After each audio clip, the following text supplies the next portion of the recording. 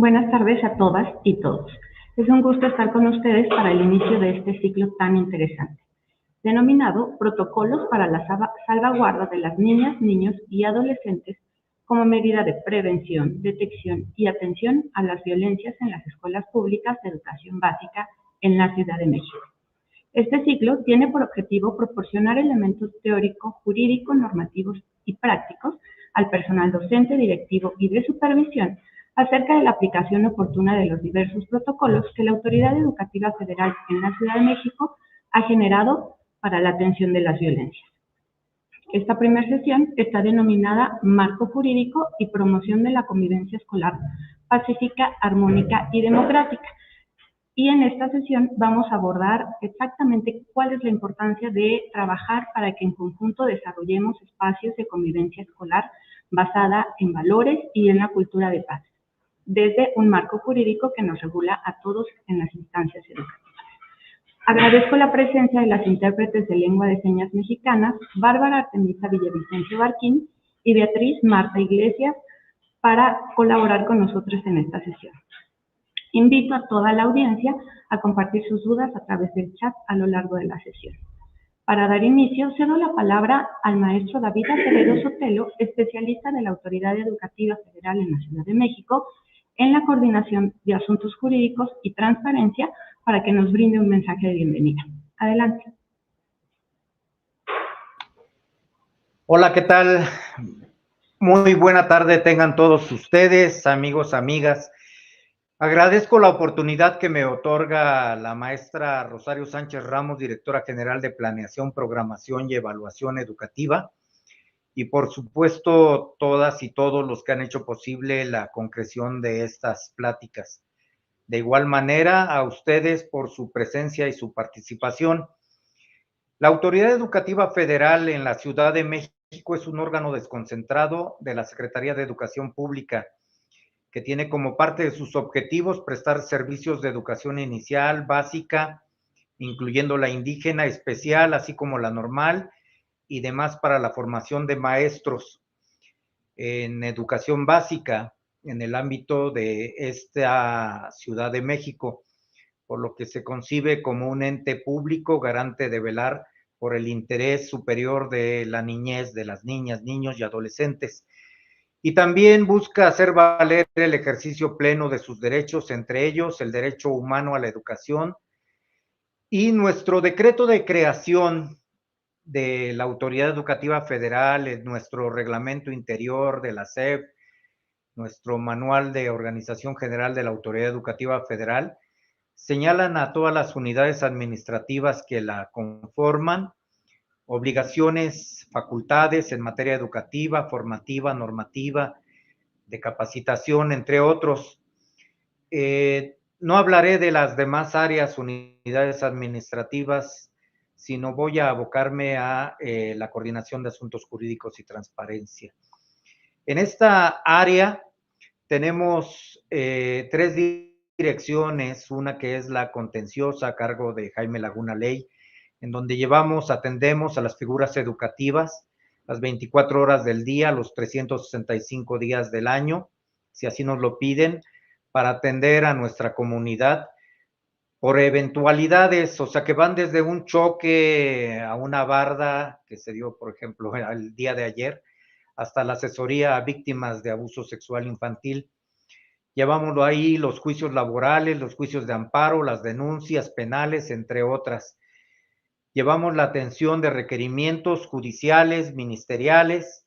Tenemos también un área normativa, está a cargo de Marco Polo Ambris Jiménez, en donde atendemos los convenios, contratos, consultas, atención en materia de transparencia, actualización normativa.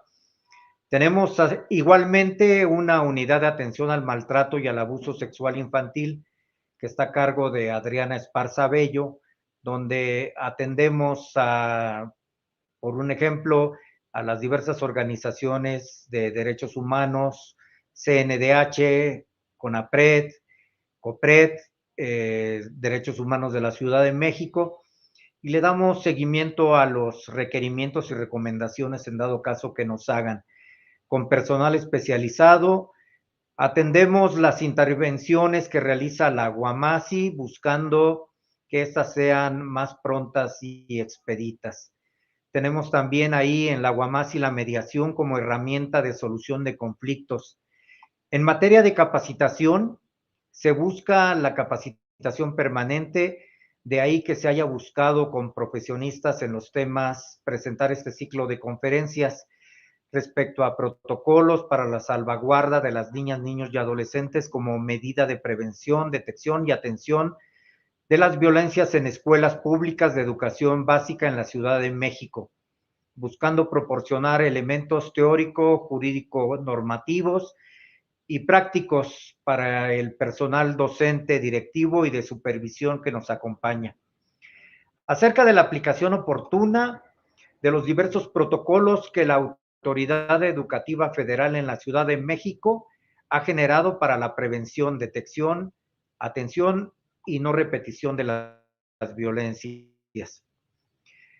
También atendemos las resoluciones judiciales, teniendo asimismo la obligación jurídica, así como la responsabilidad social de promover una cultura de paz y de no violencia, generando con ello una convivencia armónica y ambientes sanos, libres de violencia, bajo la premisa del respeto a los derechos humanos, tal y como lo establece nuestra Ley General de Educación, nuestra Ley General de los Derechos de Niñas, Niños y Adolescentes. En esta última se establece el deber de las autoridades federales, entidades federativas y municipales, en el ámbito de su competencia, de elaborar protocolos de actuación sobre situaciones de acoso o de violencia escolar para el personal y para quienes ejerzan la patria potestad, tutela o guarda y custodia.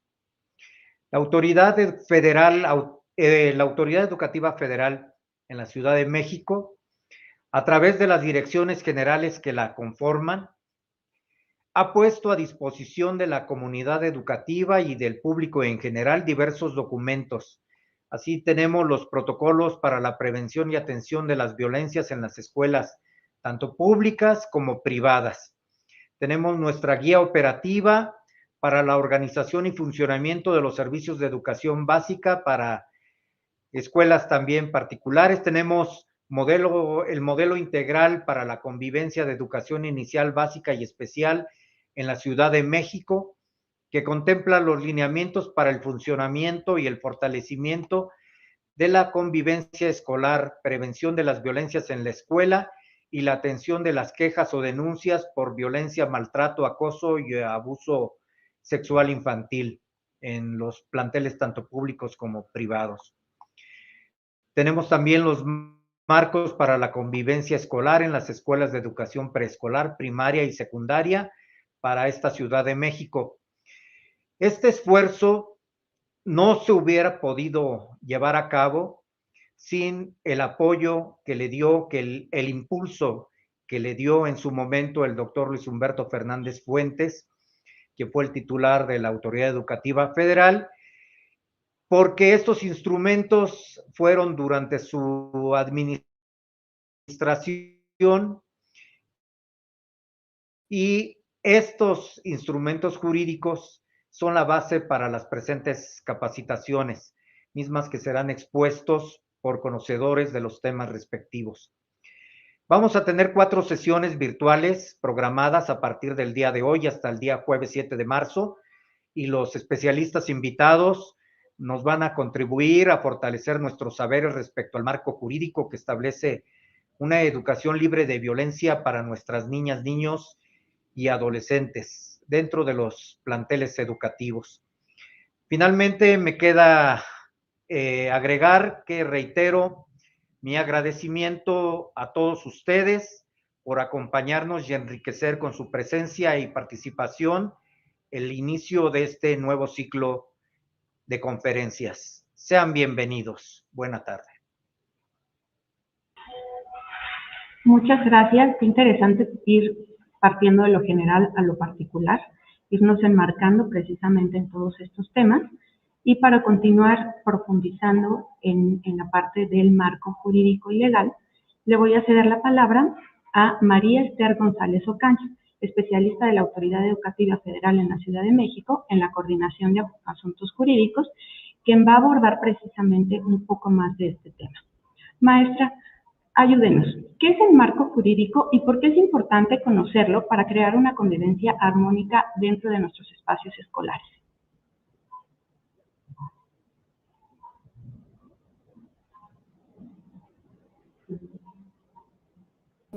Breve pero sustancioso que habla precisamente acerca de el cuerpo normativo o el marco jurídico que tiene la Autoridad Educativa Federal en la Ciudad de México.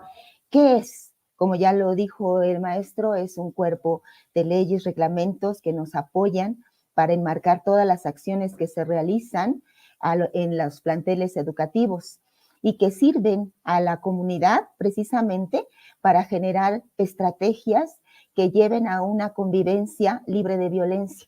Como se señala en el cuadro que tienen ustedes en su pantalla, pues estas leyes tienen una jerarquía y pueden ustedes mirar ahí la Constitución Política como la máxima, ¿verdad? La máxima de estas leyes. Y ahorita vamos a hablar un poquito más acerca de ella, pero de manera general, vean ustedes, hay leyes generales como la de responsabilidades administrativas, la Ley General de Derechos de Niñas y Adolescentes, la Ley General de Educación, la de los trabajadores al servicio del Estado. Y de ahí se desprenden reglamentos, en este caso puse como ejemplo el de las condiciones generales de trabajo del personal de la Secretaría, porque es el que atañe particularmente a este campo que estamos nosotros desarrollando. De ahí siguen circulares, guías, como la que más adelante a lo largo de estas sesiones ustedes podrán considerar en diferentes partes, en diferentes puntos. Por eso, si podemos continuar a la siguiente, nos vamos a dar cuenta de que podemos iniciar con la Constitución Política. A partir de junio del 2011, nuestra Constitución Política recibió un cambio trascendental, ¿sí? Antes, el capítulo 1 de esta Constitución se llamaba de las garantías individuales, pero a partir de junio del 2011 cambió a de los derechos humanos y sus garantías. Y en el artículo 1 de esta Constitución se establece el principio pro persona. ¿Qué es el principio pro persona? Bueno, es este que nos garantiza la Constitución para que los derechos humanos sean tomados en consideración siempre. Además, habla particularmente de que este principio va a buscar siempre favorecer en todo tiempo y de la mejor manera a todas las personas. Podemos abordar de la Constitución Política también el artículo 3, todos lo conocemos, el derecho a la educación. Pero lo importante de en este marco de conferencias es que digamos que el artículo 3 prioriza la permanencia y la participación de los alumnos en los servicios educativos. Esto es muy importante porque donde no hay un ambiente libre de violencia, los alumnos pueden tender a dejar de asistir al plantel. Esto es un derecho que toda la comunidad educativa debe tener muy claro. Y después podemos hablar del artículo 4, en el cual ahí precisamente en el último de los párrafos o uno de los últimos párrafos, el 9, se establece precisamente que las decisiones y actuaciones del Estado siempre estarán velando y cumpliendo el interés superior del menor.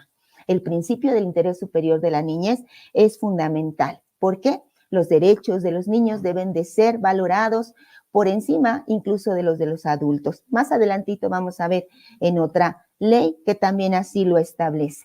Como ustedes se dan cuenta, la Constitución Política de los Estados Unidos parte de un todo para que todos estemos observando, cuidando, precisamente que se respeten los derechos humanos de todas las personas. También de todos los integrantes de la comunidad, como son las autoridades, los docentes, los padres de familia, pero en particular, sí, los derechos de la niñez, los derechos de niños, niñas y adolescentes. De ahí quisiera pasar a la Ley General de Educación. El artículo 2 establece también en concordancia con la ley, con la Constitución, que el Estado priorizará el interés superior de los menores precisamente en estos servicios educativos. De ahí quisiera detenerme un momento en el artículo 73. Dice este artículo que en la impartición de la educación se tomarán medidas que aseguren al educando la protección y el cuidado necesarios para preservar su integridad física, psicológica y social. Este artículo es muy importante. Todo lo que se hagan en los centros escolares tendrán que tener esta perspectiva de protección y cuidado hacia los niños, hacia las niñas, niños y adolescentes. Por eso es que en un siguiente párrafo habla acerca de que los docentes y el personal que labora en los planteles deben estar capacitados precisamente para tomar esas medidas. Y qué bueno que en este espacio podemos abordar estos temas, porque se trata de eso, de estar capacitados todos en estos temas, ya que tanto los docentes como el personal que labora en los centros educativos son los encargados de la custodia de los menores mientras estos permanecen en los servicios escolares. De ahí, usted ve ahí en la pantalla el artículo 74, que tiene mucha coincidencia con el 73, cuando nos dice que las autoridades educativas, dentro del ámbito de su competencia, promoverán una cultura de paz. Y esto tiene que hablar o habla del respeto a la dignidad de todas las personas que componen precisamente esa comunidad. Los derechos humanos tendrán que ser muy observados por todos los que componen esa comunidad. Esto quiere decir los educandos, los docentes, los padres, las madres de familia, los tutores, todos absolutamente deben de colaborar para que se lleve a cabo y se fortalezca esa cultura de paz. Esta ley nos puede dar la pauta para ver por qué en las escuelas se implementan muchas estrategias que van encaminadas precisamente a la proliferación de la paz y la disminución de la violencia. Pasemos a otra ley rápidamente, que es la Ley General de los Derechos de Niñas, Niñas y Adolescentes, y muy brevemente vamos a abordar algunos de los artículos de esta ley.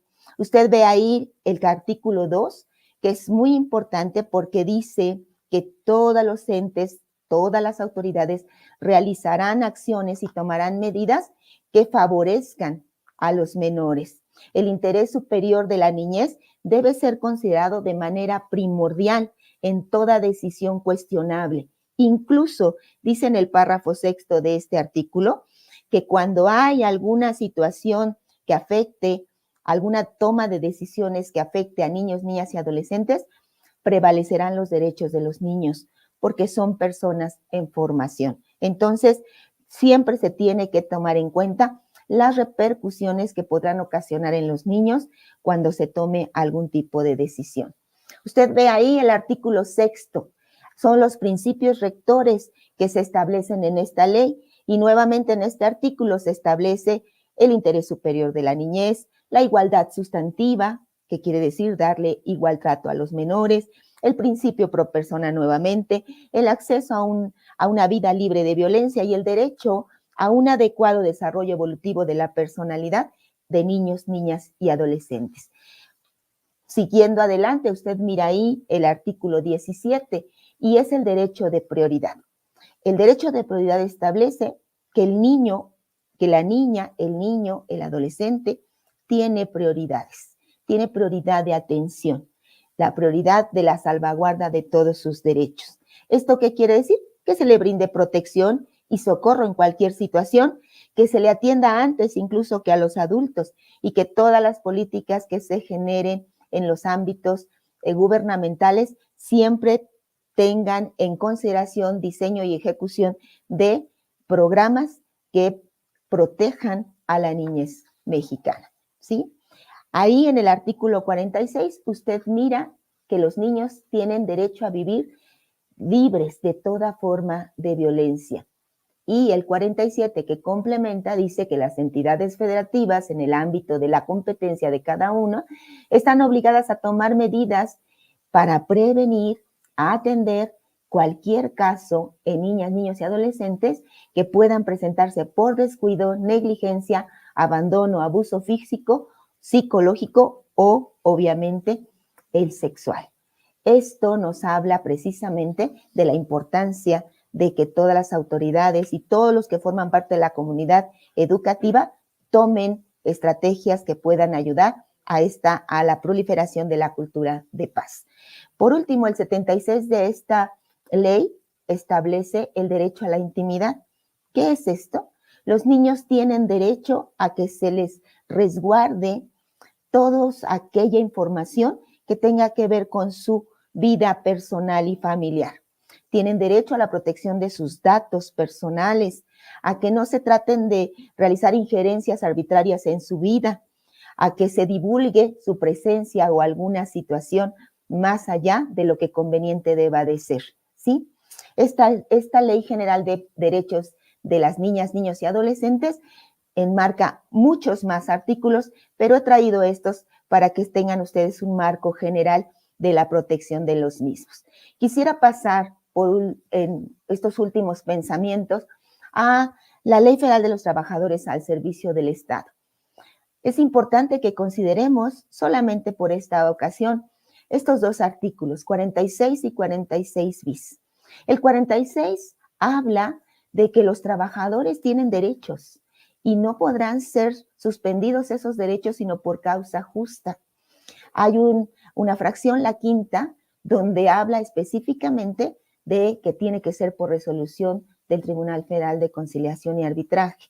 Y esto le puede dar certeza también a los docentes, también a las autoridades, ¿verdad? ¿Qué pasa? Bueno, tiene que acudir sola o tiene que ser cuando el trabajador, pues lamentablemente incurre en alguna situación de responsabilidad, pues se genera entonces lo que se establece en el 46 bis.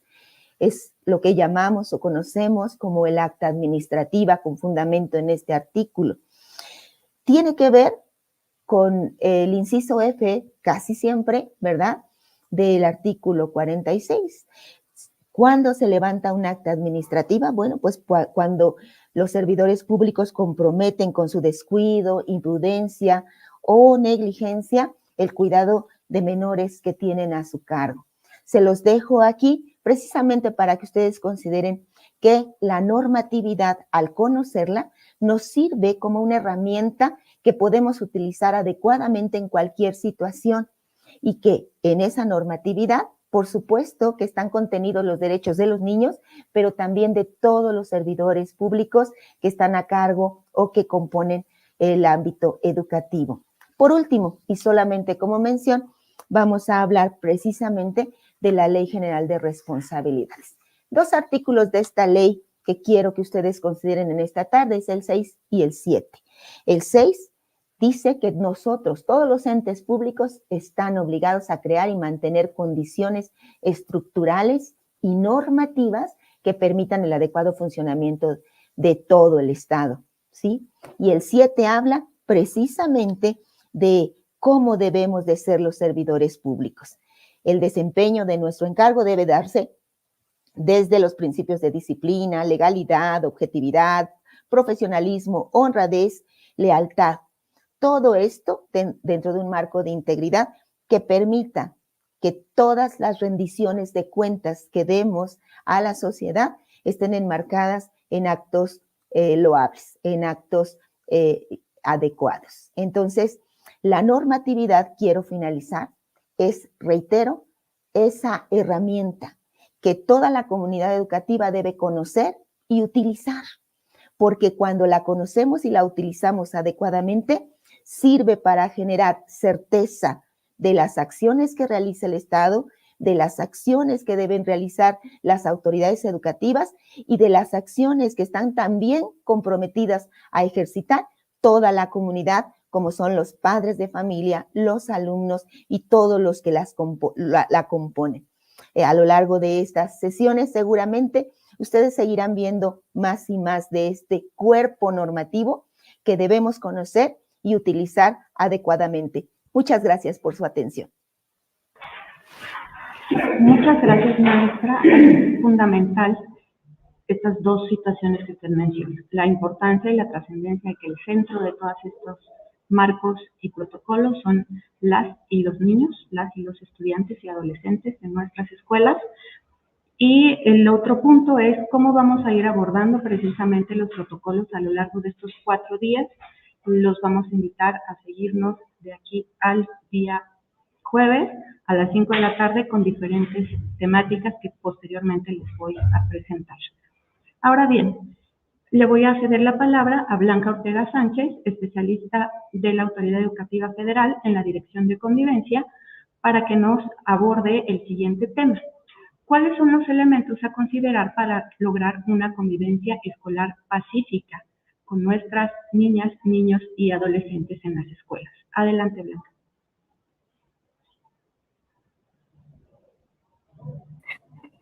Muy buenas tardes, es un gusto estar el día de hoy con ustedes. Quiero iniciar con la pregunta, ¿por qué hablar de convivencia escolar pacífica? Y esto nos lleva a la reflexión. Si se trabaja desde la prevención de violencias, se podrá generar una educación en el respeto y en la tolerancia. La interacción, ¿verdad?, que se tiene entre los encargados de la formación educativa en los espacios escolares van a llevar a una formación en la inclusión y en la democracia. Ahora bien, lo que conducirá a fomentar un ambiente de bienestar y seguridad. Como resultado de ello, los estudiantes que conviven en el aula se conducirán en el respeto, la democracia y la autonomía en la toma de decisiones, dando como resultado que los estudiantes se sientan en un ambiente amigable, propicio para el aprendizaje y a participar en él, ¿verdad?, en este proceso, generando así actitudes de seguridad, de respeto y de confianza hacia sí mismos y hacia otros. Y bueno, entonces, ¿qué podríamos decir? ¿Qué se entiende por convivencia escolar pacífica?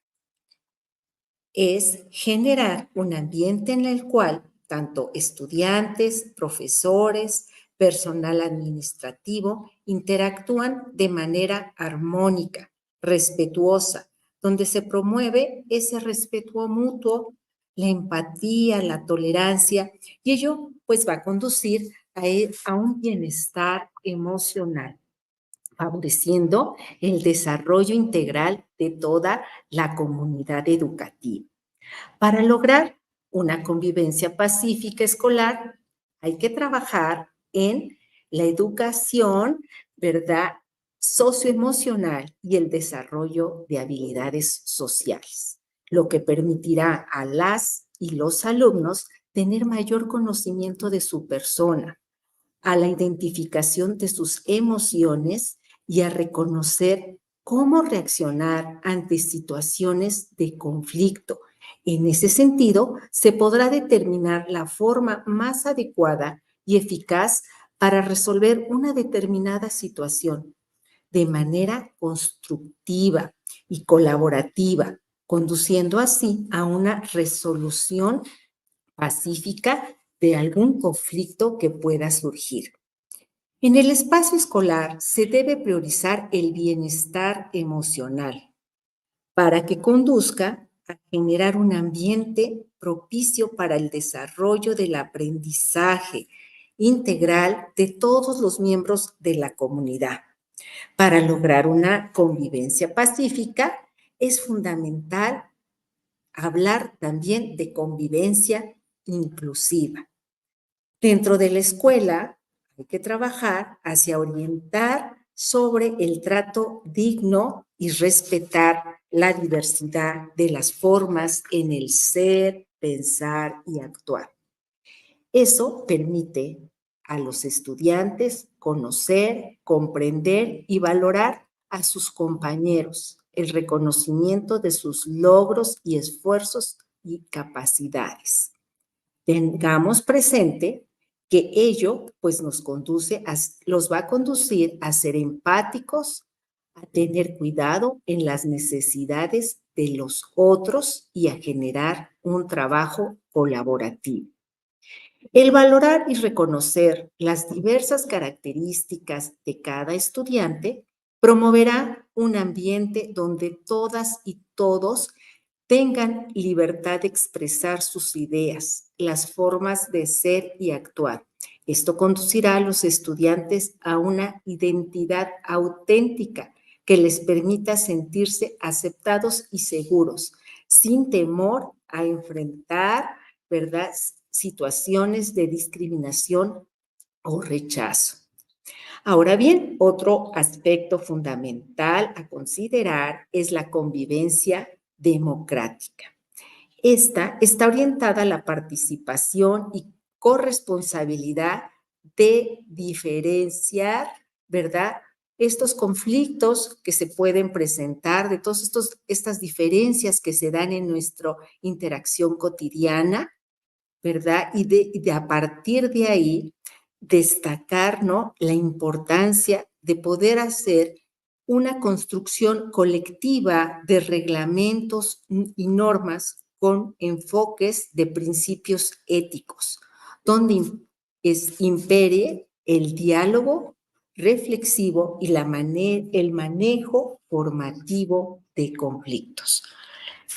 Pasamos a la siguiente, por favor. Ello nos va a conducir a fomentar un ambiente impregnado, ¿verdad?, de valores, igualdad y respeto hacia las diversas opiniones, identidades y pensamientos.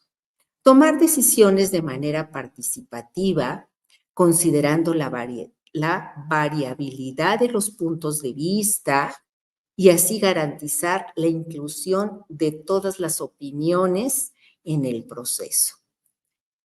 Bien, aquí traigo una lista, ¿verdad?, de qué hacer, ¿verdad?, para alcanzar estos objetivos y poder lograr esta convivencia escolar pacífica. Pues bien, es un trabajo continuo, ¿verdad?, que se está dando, involucrando tanto a toda la comunidad escolar, y en ese sentido traigo aquí algunas estrategias que los docentes pueden implementar con sus alumnos. Una de ellas sería organizar actividades que fomenten la comprensión y el respeto hacia los demás.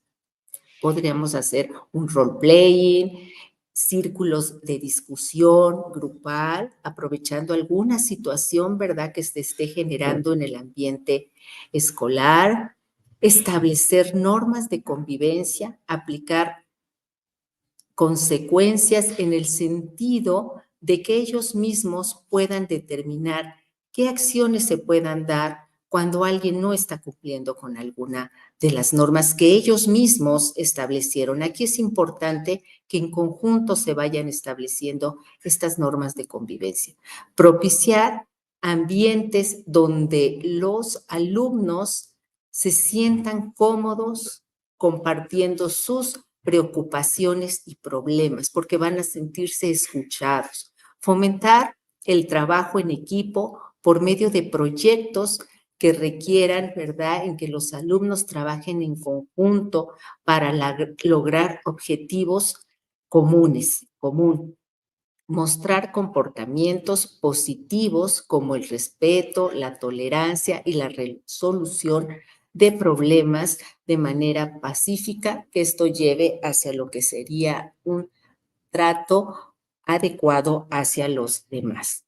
Entonces, bien, pues la convivencia democrática, ¿verdad?, inclusiva, y en este sentido quiero cerrar diciendo, ¿verdad?, que esta convivencia escolar pacífica se construye con estos elementos: la inclusión y el ejercicio de la democracia. Como ya se ha mencionado, pues alude a la capacidad de establecer interacciones humanas basadas en el aprecio, el respeto, la tolerancia, la prevención y la atención de conductas de riesgo, el cuidado de los espacios y bienes colectivos, que esto nos permita también tener una prevención en cuestión de reparar el daño que se pueda generar en la interacción con los otros y poder tener una convivencia armónica al interior de nuestros espacios educativos. Gracias.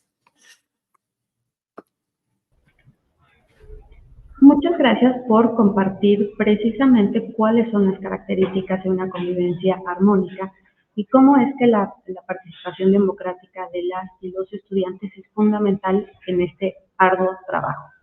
Para continuar profundizando en el tema, agradezco la participación de Miriam Morones Díaz, especialista de la Fiscalía General de Justicia de la Ciudad de México, que en la sesión de esta tarde nos va a compartir qué es la mediación y cómo se puede partir de la mediación para lograr la resolución pacífica de conflictos.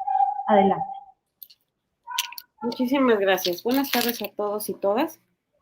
Es un placer estar con ustedes y bueno, el día de hoy vamos a hablar de la mediación como un mecanismo para la resolución de conflictos. Aquí en esto de mediación, bueno, siempre nos debemos tener un marco jurídico, un marco normativo y como bien lo decían mis antecesores, pues esto parte de la Constitución Política en el artículo 17 del párrafo 5º, que pues obviamente va aunado con las legislaciones que maneja la Secretaría de Educación Pública. Y en este caso, lo que nos interesa en esta modificación, en este marco normativo, es justamente cómo implementar la mediación con el propósito de fomentar una cultura de paz, la legalidad y la justicia, lo que esto nos conlleva a conseguir una solución de manera real y efectiva. Tenemos que recordar que esto es un derecho humano. Es un derecho humano, tan es así que tenemos esa libertad de tener una vida libre de violencia en todos los centros educativos. Vamos a hablar ahora de lo que son los conceptos de mediación, si pasamos a la siguiente. Y bueno, pues dentro de los conceptos de mediación podemos ver que es una forma de solucionar un conflicto a través del diálogo, en donde los participantes buscan llegar a un acuerdo sin necesidad de llevar a cabo un juicio, de llevar a cabo un procedimiento judicial o en un momento dado que esto sea largo, que sea costoso, que sea tedioso. Al final del día, este concepto tan simple que es la mediación es buscar la solución del conflicto. Podemos encontrar otro concepto en cuestión de mediación escolar y nos dice que es un proceso mediante el cual los miembros de la comunidad educativa, alumnos, docentes, padres de familia, que se encuentran en conflicto, pueden ser guiados a través de un tercero neutral, que es llamado mediador escolar, quien a través del uso de sus técnicas, de sus herramientas y habilidades, va a colaborar para efecto de que pues esto pueda ser comunicable, que los alumnos puedan resolver esto, que puedan sentirse escuchados en ese momento. Y esto con la finalidad de poder llegar a un acuerdo. Aquí es importante sobre todo este mediador escolar que use un lenguaje claro, sencillo, que se entienda, con la finalidad de poderles brindar esa seguridad, esa confianza. Recordemos que estamos hablando de escolares, de niños, niñas y adolescentes, los cuales en un momento dado pues andan de repente un tanto inseguros o traen las emociones muy elevadas. Por eso es importante que ese mediador escolar tenga esa sensibilidad, esas herramientas para poder estar en un espacio seguro, brindarles esa confianza y ellos puedan exponer el tipo de conflicto para solucionarlo ahí. Por otro lado tenemos, y me apoyan con la siguiente diapositiva, tenemos lo que es el concepto de mediación en materia penal. Aquí en la Fiscalía, pues obviamente tenemos una ley y el concepto que nos dice que es un mecanismo voluntario mediante el cual los intervinientes en el libre ejercicio de su autonomía buscan, proponen, construyen opciones de solución a la controversia con el fin de alcanzar una solución. Aquí el facilitador durante toda la sesión va a propiciar esa comunicación. El facilitador va a ser solamente un puente de comunicación porque justamente en la mediación lo que busca es que los intervinientes propongan las soluciones. Los conflictos, la mayor parte de las situaciones se dan por esa falta de comunicación. Entonces, lo que viene a hacer aquí el facilitador en materia penal, pues es ser ese puente de comunicación, lo mismo que viene haciendo en materia escolar. Y hay propiamente un concepto de mediación en materia penal para adolescentes.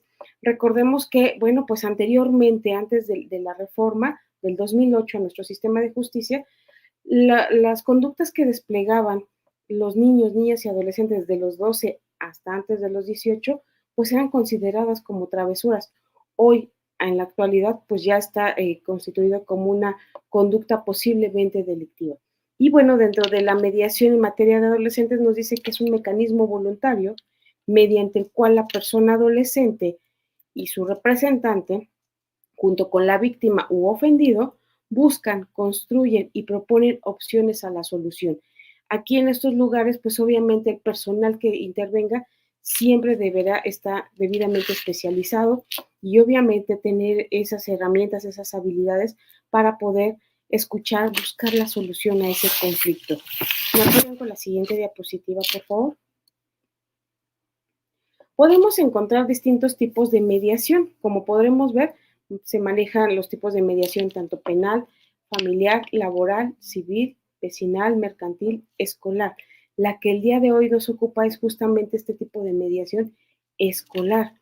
Y pues obviamente para poder llevar a cabo esa mediación escolar se utilizan ciertos modelos. Para el caso concreto que hablamos de la mediación escolar, se utiliza un modelo transformativo. ¿Qué quiere decir este modelo transformativo? Que es donde busca que se restablezca esa relación, que en un momento dado el acuerdo pase a un segundo término. Aquí es importante rescatar esas relaciones humanas. Hablábamos que mis antecesores decían fomentar esa cultura de paz. Esa cultura de paz es retomar, recobrar esos valores. Por eso, dentro de la mediación escolar, lo que se busca es fomentar ese reconocimiento, fomentar esos valores, esa responsabilidad, esa aceptación. ¿Me apoyan con la siguiente diapositiva? Nos dice que, bueno, ¿en qué caso se da la mediación escolar? Bueno, pues obviamente cuando las partes se encuentran en conflicto y no son capaces de resolverlo por sí mismos. Es decir, hubo un conflicto entre los niños, niñas o adolescentes, no lo pudieron solucionar. Bueno, pues es ahí donde entra ese mediador escolar con la finalidad de poder intervenir. Este mediador escolar pues tiene que actuar de manera neutral, de manera pacífica, de manera equitativa, brindándoles el espacio como referíamos hace un rato. Y esto pues obviamente es cuando ya entra esa mediación escolar. ¿En qué casos pudieran ser? Bueno, pues cuando hay un maltrato físico, cuando se llegan a pegar, se llegan a amenazar, cuando se esconden objetos, cuando llegan a romper algún objeto. Aquí, pues obviamente es importante, pues cuando están en el primer nivel, tratarlo de solucionar ahí en la escuela, de buscar estos centros para efecto de poder llevar a cabo esa mediación. También nos encontramos con un maltrato verbal, que es cuando de repente les llegan a insultar, llegan a poner algún apodo, llegan a hablar mal de alguien, empiezan a difundir algunos rumores de alguna manera falsos, empezar a intimidar. Y también se puede dar un maltrato mixto, que es la combinación de ambos, ¿verdad? Es importante que cuando estén en una primera línea, bueno, pues se pueda trabajar a través de una mediación escolar. Ajá.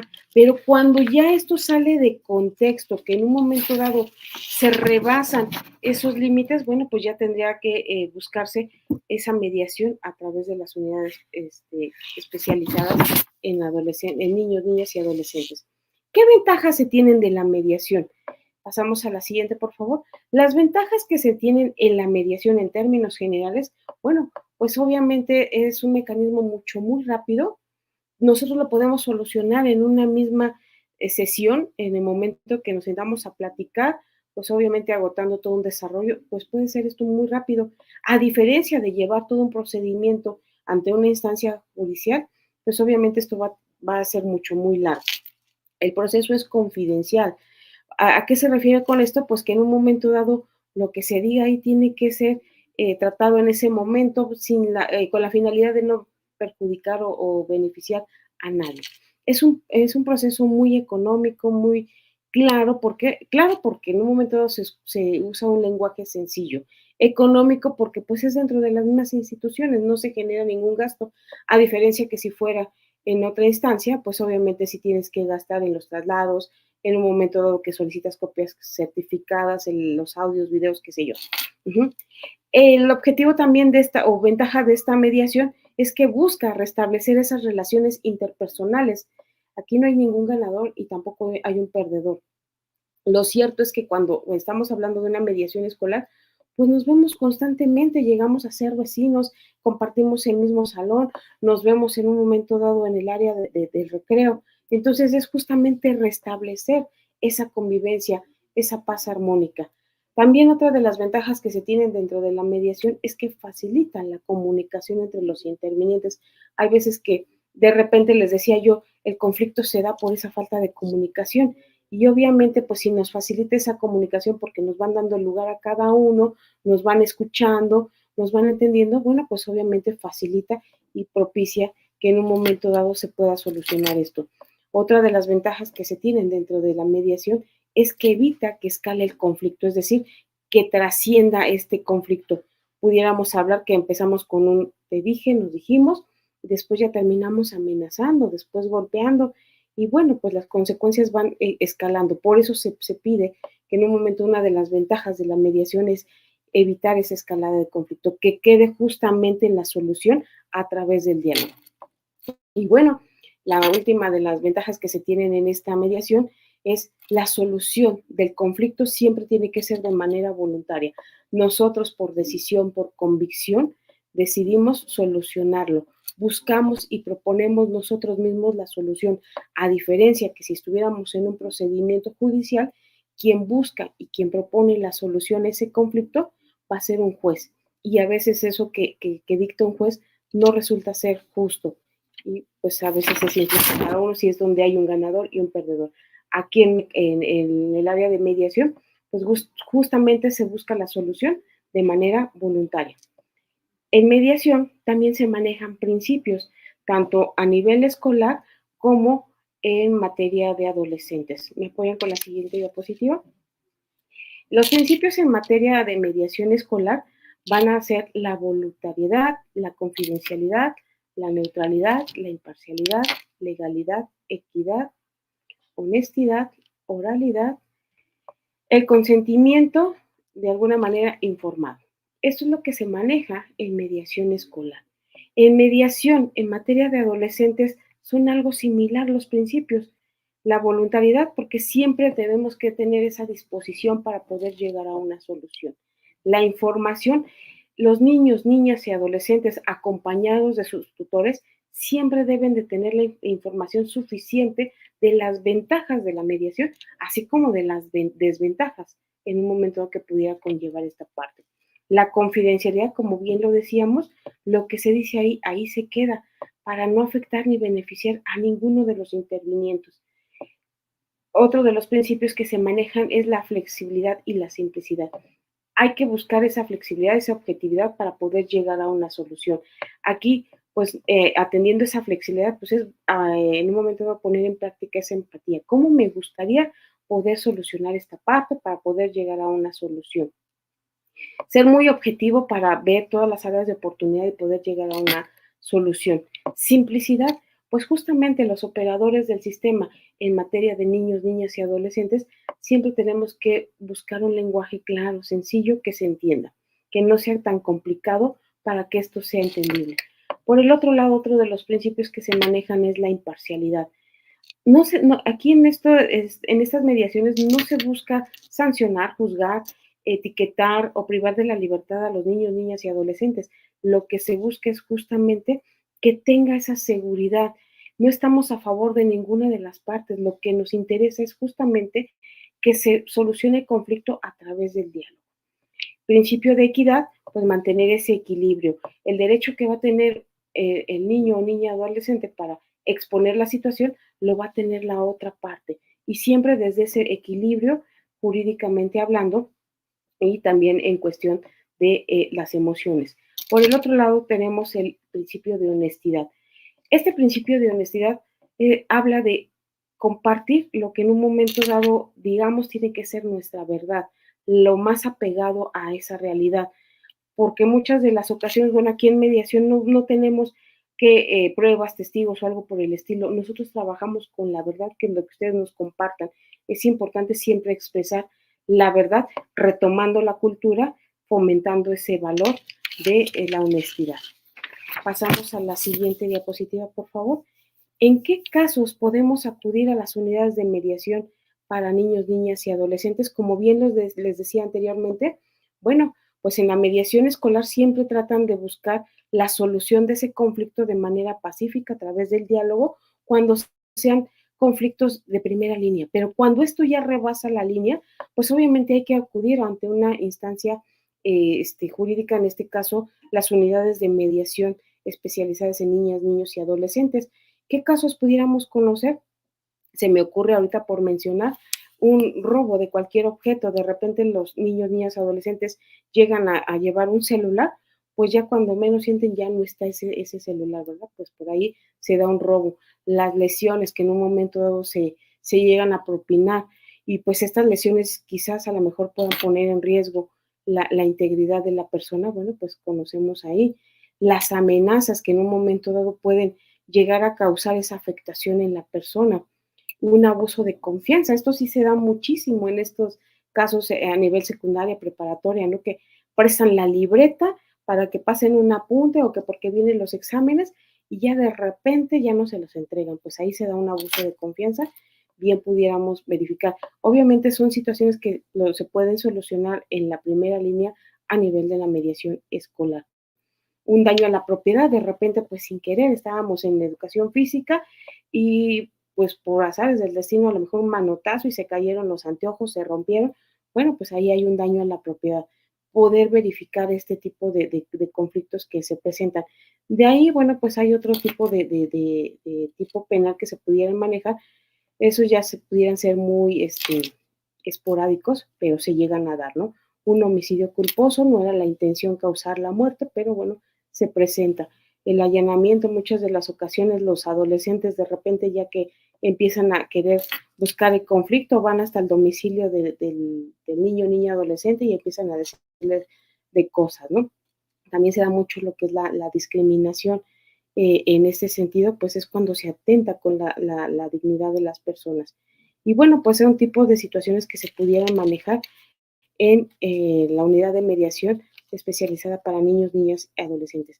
¿A partir de qué edad podemos conocer este tipo de situaciones? Bueno, pues a partir de los 12 años hasta un día antes de que cumplan la mayoría de edad. El personal que se encuentra en estas unidades de mediación está debidamente especializado, capacitado para poder trabajar una mediación con los niños, niñas y adolescentes. En este caso, bueno, pues contamos con las unidades de mediación, el cual pues el objetivo es brindar una atención integral a las personas que se encuentran en conflicto para que de alguna manera cuenten con esa herramienta, con esa área de oportunidad, poderlo solucionar de la manera más confiable, de la manera más segura. Me ponen con la siguiente diapositiva, por favor. De manera rápida, gratuita. Y bueno, pues contamos con esa unidad de mediación especializada en niñas, niños y adolescentes, la cual está ubicada en la unidad de mediación en procuración de justicia para adolescentes en calle Petén, esquina sin número, de la colonia Obrero Mundial. Ajá. Esto pertenece a la alcaldía Benito Juárez, ahí les dejo un número telefónico y pues no duden en acercarse. Créanme que lo que es la mediación, pues es una forma de solucionar los conflictos antes de que escale esta situación. Es una forma muy rapidísima, es una de las gran ventajas y en un momento dado hasta el momento procesal oportuno si ya estamos dentro de un procedimiento para poder llegar a una solución. Hasta aquí con eso, muchísimas gracias. Muchísimas gracias por esta información, que si bien tiene una perspectiva jurídica, también nos va adentrando específicamente a cuál es el proceso de la mediación. Ahora, ¿qué les parece si abordamos cómo se lleva el proceso de mediación específicamente en los espacios escolares? Para ello, cedo la palabra a Alexandra Rivera Amador, especialista de la Autoridad Educativa Federal en la Ciudad de México, de la Unidad de Atención al Maltrato y Abuso Sexual Infantil. Por favor. Gracias, Alma. Es un gusto saludarles, en espera de que estén teniendo una excelente tarde. Aprovecho la ocasión para agradecer a la audiencia que nos acompaña el día de hoy, el continuar con nosotros a lo largo de esta transmisión. Una vez que hemos tenido la oportunidad de reflexionar sobre la relevancia de implementar mecanismos alternativos para la resolución pacífica de conflictos, particularmente la mediación, es fundamental que podamos aterrizar su uso práctico al interior de los espacios educativos. Para esto, desde la visión de la educación para la paz, los derechos humanos y la paz positiva, el análisis del conflicto toma relevancia, pues nos enfrentamos al reto de dejar atrás la visión tradicional del mismo, relacionado con lucha, combate, poder o dominio, para dar paso a mirar el conflicto desde su potencial educativo, como una oportunidad de transformación y también como el pretexto perfecto para desarrollar habilidades y actitudes indispensables en el día a día. Habilidades como la escucha activa, el respeto a la dignidad, la comprensión consciente y empática del otro. En la siguiente diapositiva veremos que hasta este momento hemos analizado que el conflicto es consustancial en la vida.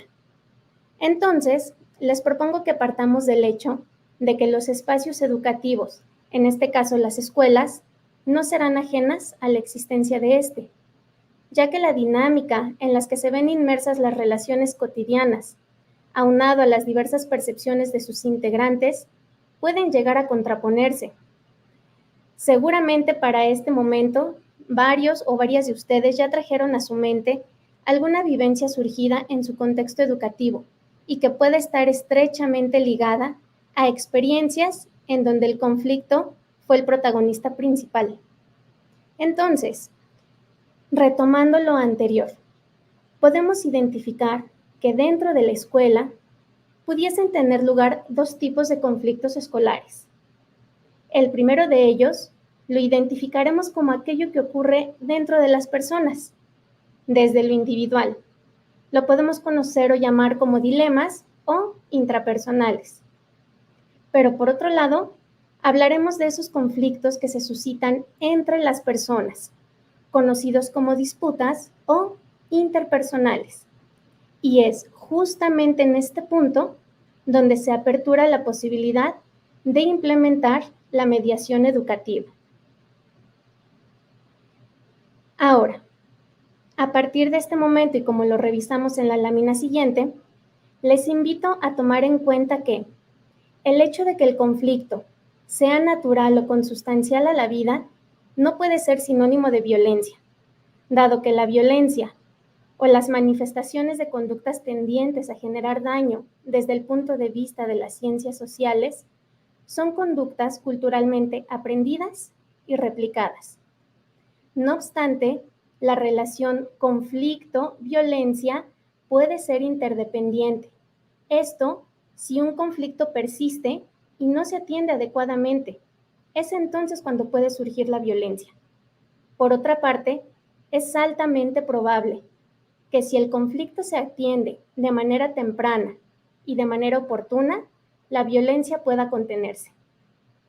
Por ejemplo, los diversos conflictos sociales que puedan prevalecer en áreas de alta marginación o en donde las mismas dinámicas sociales, culturales, económicas, en donde se encuentran cada una de sus escuelas, deben ser abordados y considerados como parte de esa conflictividad escolar en su sentido más amplio. Esto porque es altamente probable que la existencia de estas circunstancias condicionen el desarrollo de la vida interna de la escuela y definitivamente puede incidir en múltiples factores.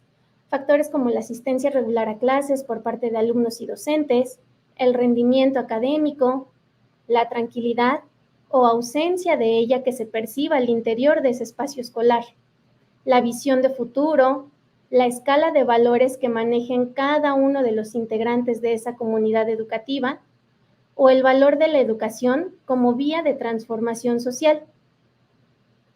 Es evidente que desde esta perspectiva resultaría imposible atender desde las instituciones educativas la totalidad de conflictos que afectan a nuestros alumnos de día a día.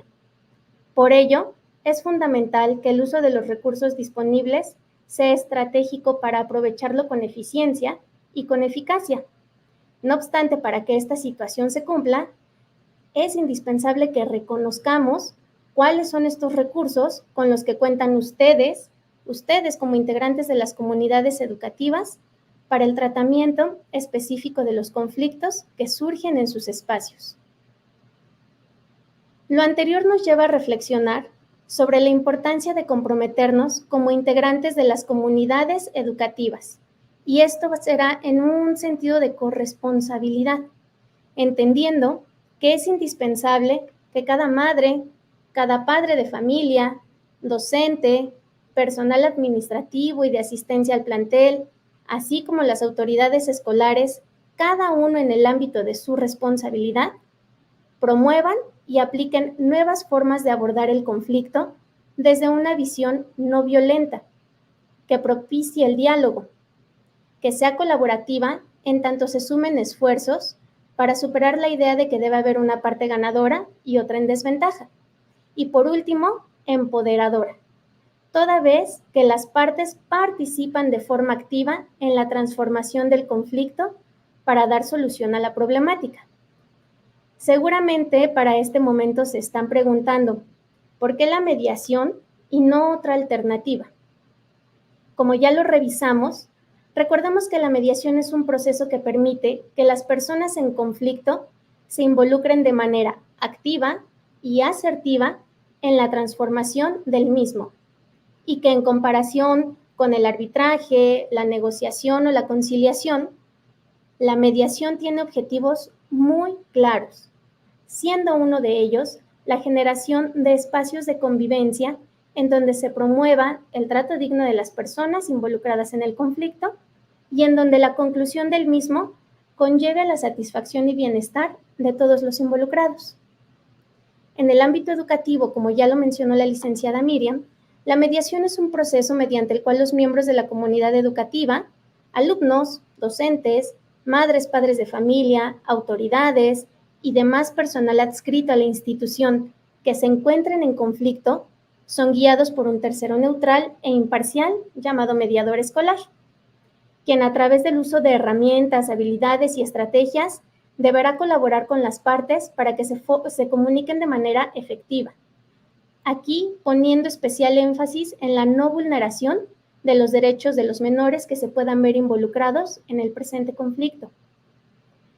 Anteriormente se mencionó que para transitar en el paradigma tradicional del abordaje y tratamiento de los conflictos, era indispensable conocer sus características fundamentales, asumir una visión transformadora de los mismos, así como optimizar y reconocer los recursos con los que contamos para posibilitar su resolución bajo las mejores condiciones.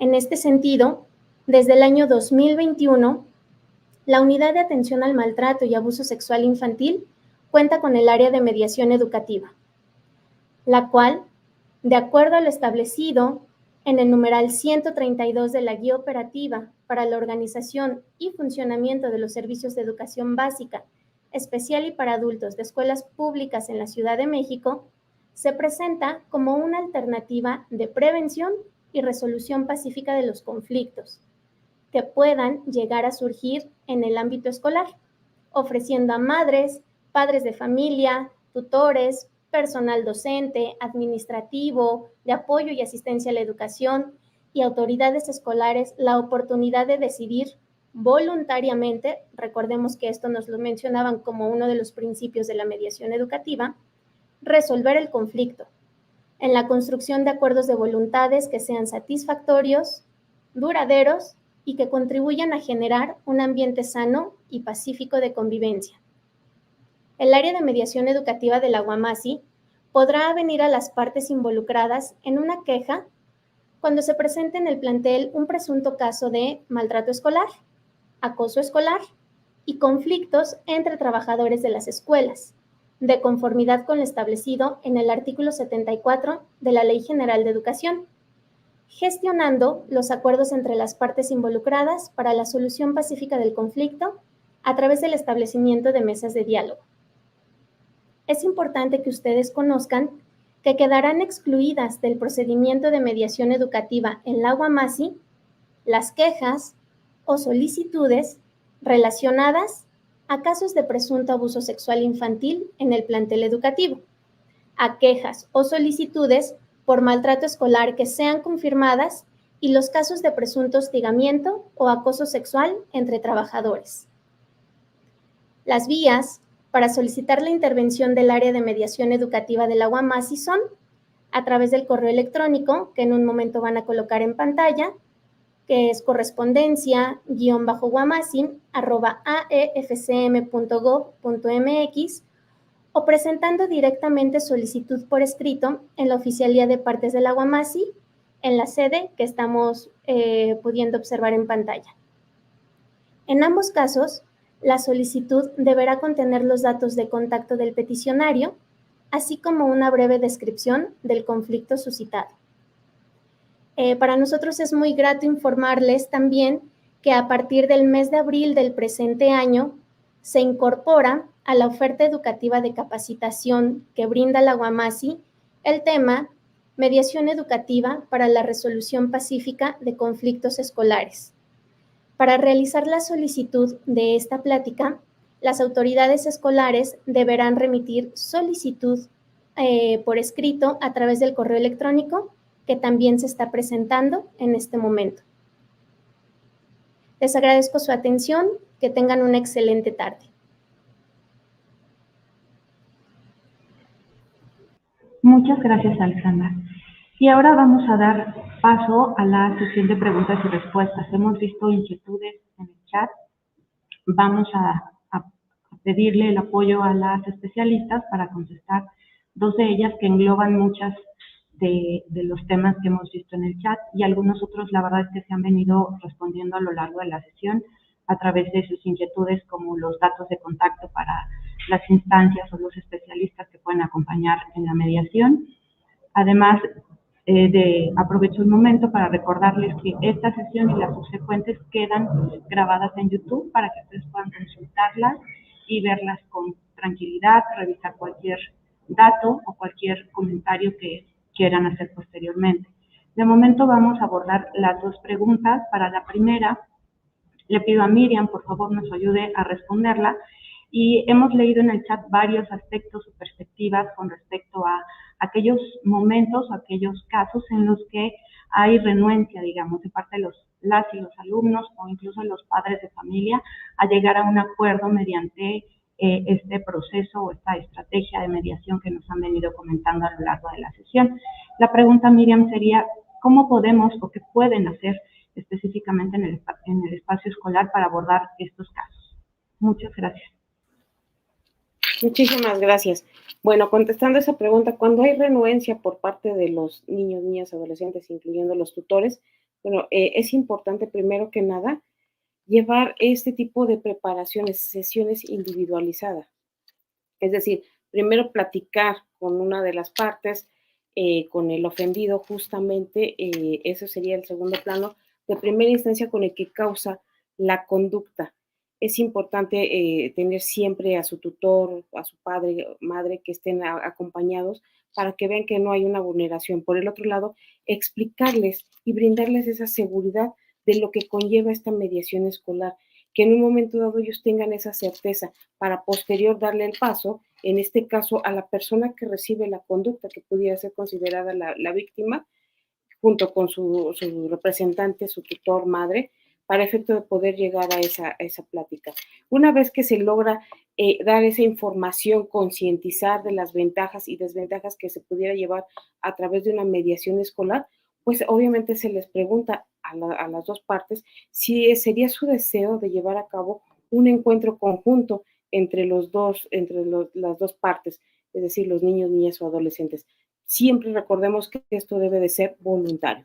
Vamos a pensar que en un momento dado no quieren llevar a cabo esa mediación escolar porque están con las emociones muy elevadas, pues obviamente también tendría que canalizarlos a un área de psicología a efecto de contener esas emociones, de también brindarles esa escucha activa para efecto de poderlos tranquilizar.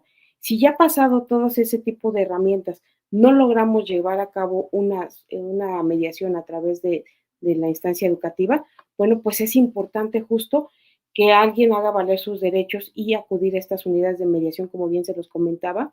Si en un momento dado quien despliega la conducta es un adolescente, bueno, pues contamos con la unidad especializada de adolescentes que se encuentra en Petén. Y ahí pues hay que acudir, hay que referir qué es lo que está aconteciendo para que se pueda llevar a cabo ese encuentro conjunto. De igual manera, mis compañeros están especializados y siempre se analiza la naturaleza antes de llevar a cabo un encuentro conjunto. Esto. Muchas gracias, Miriam. Qué interesante puntualizar estas dudas precisamente para que nuestra audiencia pueda recurrir a alguno de ustedes como especialistas. La siguiente pregunta va a ser para Alexandra, por favor, y tiene que ver con esto que ya comentaron un poco, pero parece que hay inquietud por los docentes para precisarlo. Si existe alguna figura que acompañe a docentes y directivos, precisamente en los casos en los que es necesario mediarse a una institución o de manera particular, bueno, en este caso, Alexandra, al interior de la Autoridad Educativa Federal en la Ciudad de México. Te cedo la palabra. Sí, gracias, Alma. Como ya lo mencioné hace unos minutos, la UAMASI, a través o por conducto del área de mediación educativo, pone a su disposición el mecanismo. Es importante que a través de estos espacios que tenemos la oportunidad, no solamente sirvan para tener a la mano un repertorio conceptual básico, sino para que también ustedes reconozcan cuáles son los recursos, cuáles son las herramientas que forman parte de su derecho fundamental como servidores públicos, también como madres, como padres de familia, cuando un evento de conflicto se presenta al interior de los espacios y que existen estas otras figuras que pueden apoyarles para que el procedimiento de mediación pues se realice bajo las mejores circunstancias. Entonces, estábamos leyendo también en el chat que tenían dudas respecto a los correos donde se tenía que hacer tanto la solicitud de capacitación como la solicitud de intervención. Los estamos colocando nuevamente. Aquí la única característica, como ya se ha mencionado, es que partimos del principio de voluntariedad. Si en determinado momento alguna de las partes en conflicto voluntariamente decidiera no participar en el procedimiento, esa es una de las grandes situaciones a las que nos enfrentamos. Por eso la importancia de tener estos espacios de reflexión, estos espacios de análisis, en donde, como lo comentaba, cada uno desde el ámbito de nuestra responsabilidad podamos hacer de conocimiento a nuestras comunidades educativas la importancia de implementar estos mecanismos alternos para la resolución pacífica de conflictos. Sí, cada uno desde nuestra área de especialización, la intención de esto es que el procedimiento vaya cobrando mayor relevancia, vaya cobrando una mayor fuerza dentro de sus espacios educativos. Esperamos que también con esta capacitación que estamos a punto de estrenar, por así decirlo, aquí en la unidad, podamos también a ustedes aportarles elementos teóricos, prácticos. Leemos también en el chat que lo que ustedes quisieran son ejemplos específicos de cómo se pueden resolver estos conflictos. Digo, ahorita por la dinámica de tiempo no nos es posible ahondar en esto, pero con todo gusto nosotros les apoyamos en esta situación, una vez que nos permitan posibilitar estos espacios de encuentro y de reflexión al interior de sus escuelas. Gracias, Alma.